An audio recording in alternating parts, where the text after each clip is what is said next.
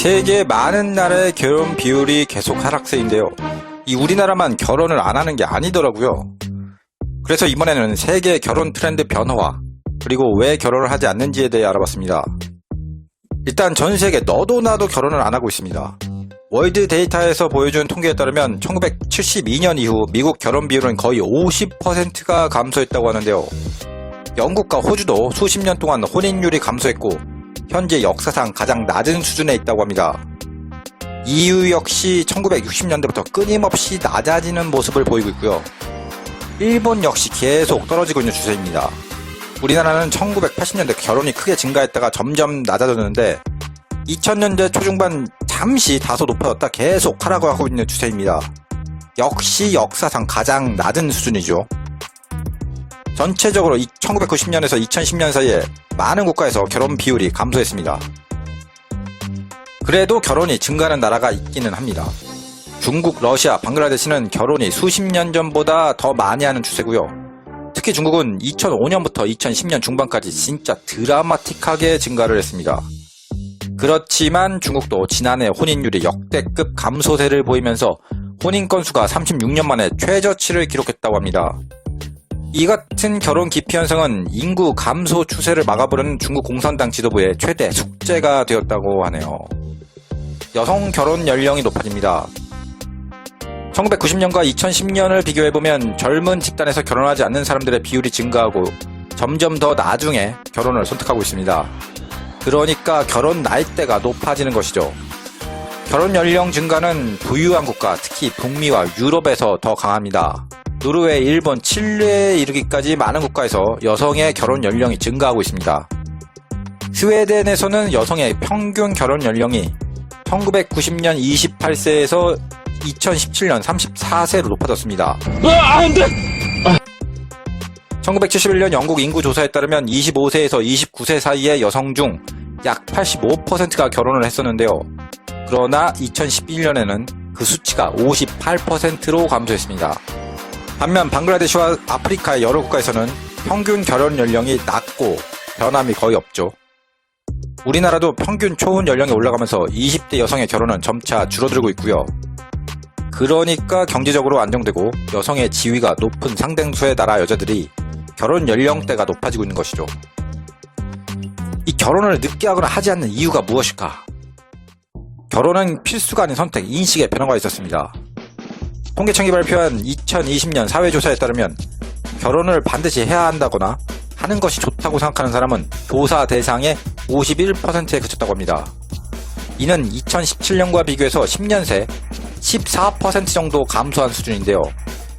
유럽은 오래전부터 이렇게 되었고 유교 사상이 강하고 결혼을 일찍 하려 했던 중국조차도 최근 여성들이 본인의 삶을 살고 싶다면서 결혼을 상당히 기피하고 있죠. 이 경제적인 이유도 있습니다. 이 아시아에서 한국, 중국, 일본의 혼인율 급락의 원인으로는 취업 경쟁, 높은 집값, 양육비, 생활비가 주로 거론되는데요. 여성들의 경제 자립도가 올라가면서 결혼의 필요성을 못 느끼게 된 것도 큰 원인이라고 합니다. 여성의 지위와 경제적 자립도가 올라가면서 결혼에 대해 심각하게 고민하지 않는 그런 경향이 있다는 것입니다. 그리고 동거가 상당히 증가했습니다. 결혼을 선택하는 사람이 줄어들고 결혼을 선택하는 사람들은 나이가 들면 선택하는 경향이 있으면서 결혼하기 전에 파트너와 함께 사는 경우가 많습니다. 예를 들어 영국에서는 결혼한 사람들의 85%가 먼저 동거를 한다고 하네요. 미국 인구조사국은 미혼 파트너와 동거하는 18세에서 24세 젊은 성인 비율이 0.1%에서 9.4%로 증가한 것으로 추정했습니다.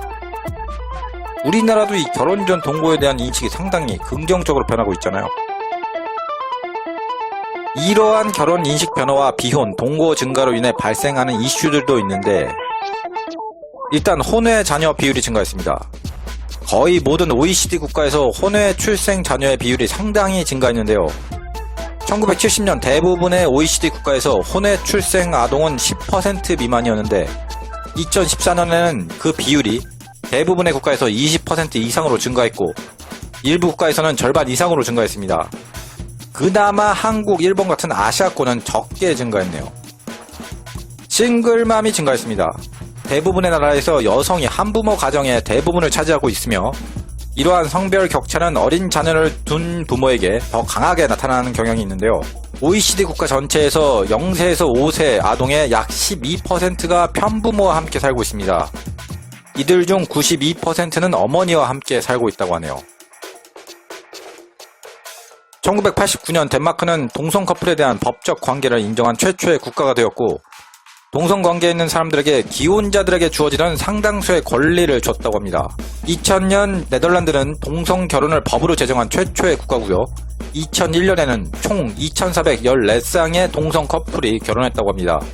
동성 결혼을 허용하는 국가의 절반 이상이 서유럽에 있고요. 미국의 동성 결혼은 2004년 1개 주에서 2015년 50개 주 전체로 확대되었습니다. 아시아와 아프리카 전역에서 동성 결혼은 대만과 남아프리카 두 국가에서만 아직까지는 합법입니다. 이 LGBT 커플 사이의 결혼이 증가하고 있다고 하는데요. 레즈비언, 게이, 양성애자, 트랜스젠더를 LGBT라고 말한다고 합니다. 2017년 미국 성인 LGBT의 10.2%가 동성 배우자와 결혼했고요. LGBT 미국인들에게 동성 동거는 점점 줄어들고 있는데 동성 결혼은 점점 더 많아지고 있다고 합니다. 전 세계적으로 결혼을 선택하는 사람은 줄어들고 있고 결혼하는 사람은 예전보다 더 늦게 높은 연령대에 결혼합니다. 많은 국가에서 동거가 증가했고 자녀가 편부모, 미혼부모와 함께 사는 경우가 점점 더 많아지고 있습니다. 동성애 합법이 점차 증가하고 있고요. 또 많은 유럽 국가들이 이러한 이슈에 맞춰 미혼 부부들에 대한 법을 새롭게 만들고 적용하고 있습니다. 수천 년 동안 존재해온 사회 제도와 결혼 트렌드가 변할 수 있다는 게 아닐까 합니다. 도움이 되셨다면 구독과 좋아요 부탁드립니다.